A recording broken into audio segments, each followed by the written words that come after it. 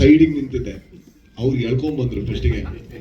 ಆಮೇಲೆ ಸರ್ ನನಗೆ ಡೇಟ್ ಇಲ್ಲ ಸರ್, ನನಗೆ ಅಷ್ಟು ನನಗೆ ಏನು ಮಾಡೋದು ಸರ್ ಹಂಗೆ ಹಿಂಗೆ ಅಂತ. ಆಮೇಲೆ ಅವರು ಒಂದು ಥ್ರೆಟನ್ ಮಾಡಿದ್ರು, ಆಮೇಲೆ ಇಮೋಷನಲ್ ಬ್ಲ್ಯಾಕ್ ಮೇಲ್ ಮಾಡಿದ್ರು.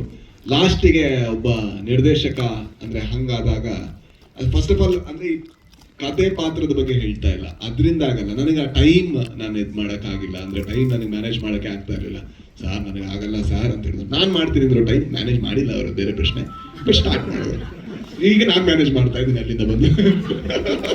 ಬಟ್ ಅಂದರೆ ನನಗೆ ಅದೇ ಈಗ ಮಾಡಿದಾಗ ನಾನು ಈಗ ಏನಾಗುತ್ತೆ, ನಮ್ಮ ಪ್ರೊಡಕ್ಷನಲ್ಲಿ ಅಥವಾ ನಮ್ಮ ಡೈರೆಕ್ಷನಲ್ಲಿ ಮಾಡಿದಾಗ ಒಂದು ತೃಪ್ತಿ ಸಿಗುತ್ತೆ. ಪಾತ್ರ ಮಾಡಿದಾಗ ನಾನು ಮಾಡಿದ್ದೀನಿ, ಯಾಕಂದ್ರೆ ತುಂಬ ಚಾಲೆಂಜಿಂಗ್ ಆಗಿರೋದು, ನಮ್ಗೆ ಗೊತ್ತಿಲ್ಲದೆ ಇರೋದನ್ನು ಬರ್ಕೋಬಹುದು. ಅಂದರೆ ಒಂದು ಮೊಟ್ಟೆ ಕತೆ ನಾನೇನು ಗೊತ್ತಿಲ್ಲದೆ ಇರೋದು ಮಾಡಿದೆ, ಗರುಡ ಗಮನದಲ್ಲಿ ಮಾಡ್ಬೇಕಾದ್ರೆ ಅದು ಉಲ್ಟಾ ಆಯಿತು. ಅಂದರೆ ನಂಗೆ ಗೊತ್ತೇ ಇರಲಿಲ್ಲ ಹೆಂಗೆ ಅಪ್ರೋಚ್ ಮಾಡೋದು ಅಂತ.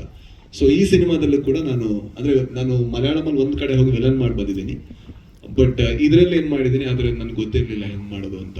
So it was challenging. ಹಾಗಾಗಿ ಇದು ಮಾಡಿದ್ಮೇಲೆ ನನಗೆ ಖುಷಿ ಇದೆ. ಅಂದರೆ ಓಕೆ, ನನಗೆ ಇಲ್ಲಿ ತನಕ ನಟನಾಗಿ ನನಗೆ ಗೊತ್ತಿಲ್ಲದೆ ಇರೋದು ಮಾಡಿದ್ದೀನಿ, ಸೊ ಹೇಗೆ ಕಾಣಿಸುತ್ತೆ ಅಂತ ನೋಡಬೇಕು ಅಂತ ನಾನು ಕುತೂಹಲಿದ್ದೆ. ಸರ್, ಈಗ ನಿಮ್ಮ ಮಂಗಳೂರು ಸ್ಲ್ಯಾಂಗು ನಮ್ಗೆ ಇಷ್ಟ ಆಗುತ್ತೆ, ನೀವು ಬೆಂಗಳೂರು ಭಾಷೆನೂ ಮಾತಾಡ್ತೀರಿ. ಇಲ್ಲಿ ಕೋಲಾರ ಸ್ಲ್ಯಾಂಗು ಅದು ಕೇಳೋದಕ್ಕೆ ಉತ್ತರ ಕರ್ನಾಟಕ ಥರನೂ ಇದೆ. ಸೊ ಅದೆಷ್ಟು ಟಫ್ ಆಯಿತು ಅಂತ, ಯಾಕಂದರೆ ಆಡಿಯನ್ಸ್ಗೆ ಅದು ರೀಚ್ ಆದರೆ ಮಾತ್ರ ಕ್ಯಾರೆಕ್ಟ್ರು ವೆಯ್ಟೇಜ್ ಜಾಸ್ತಿ ಆಗುತ್ತೆ. ಹೌದು ಹೌದು. ಸೊ ಆ ವರ್ಕ್ ಹೇಗಿತ್ತು, ಆ ಲ್ಯಾಂಗ್ವೇಜ್ ನೀವು ಎಷ್ಟು ಪರ್ಫೆಕ್ಟಾಗಿ? ಅಂದರೆ ನಾನು ಯಾವತ್ತೂ ಕೂಡ ಈಗ ಡೈಲಾಗ್ ಶೀಟ್ನ ನಾನು ರಾತ್ರಿ ಆದರೂ ಅವ್ರಿಗೆ ಫೋನ್ ಮಾಡಿ ಜಗಳ ಮಾಡ್ತೀನಿ, ನಂಗೆ ಡೈಲಾಗ್ ಶೀಟ್ ಬೇಕೇ ಬೇಕು ಅಂತ.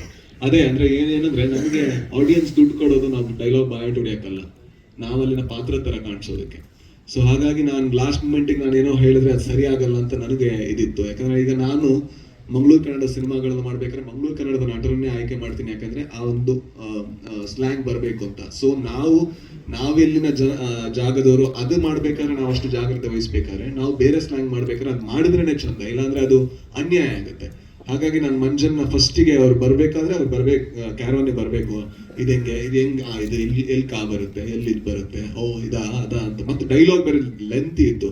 ಫಸ್ಟ್ ದಿವಸ ಅಂತೂ ನಂಗೆ ತಲೆ ಎಲ್ಲ ಹಾಳಾಗೋಗಿದೆ. ಅಂದರೆ ಅಷ್ಟು. ಬಟ್ ಆದರೆ ಅವ್ನು ತುಂಬ ಕಾನ್ಫಿಡೆಂಟ್ ಆಗಿ ಟಾಂಟಿಯಾಗಿ ತುಂಬ ಕೂಲಾಗಿ ಮಾತಾಡ್ತಿರ್ತಾನೆ, ನನ್ನ ಒಳಗಡೆ ಡೈಲಾಗ್ ಬರ್ತಾ ಇಲ್ಲ. ಬಟ್ ಅದನ್ನ ಪ್ರಾಕ್ಟೀಸ್ ಮಾಡಿರೋ ಕಾರಣದಿಂದ ಅದೆಲ್ಲ ಈಸಿ ಆಯಿತು. ಬಟ್ ಇದೇ ಅಲ್ವಾ ಸರ್ ಆಕ್ಟರ್ ಚಾಲೆಂಜು, ಒಬ್ಬ ನಟನಿಗೆ ಮಾತ್ರ ಈ ಒಂದು ಬದುಕಿರುತ್ತೆ. ಅಂದರೆ ಹಲವಾರು ಬದುಕುಗಳನ್ನ ಆಗಬಹುದು.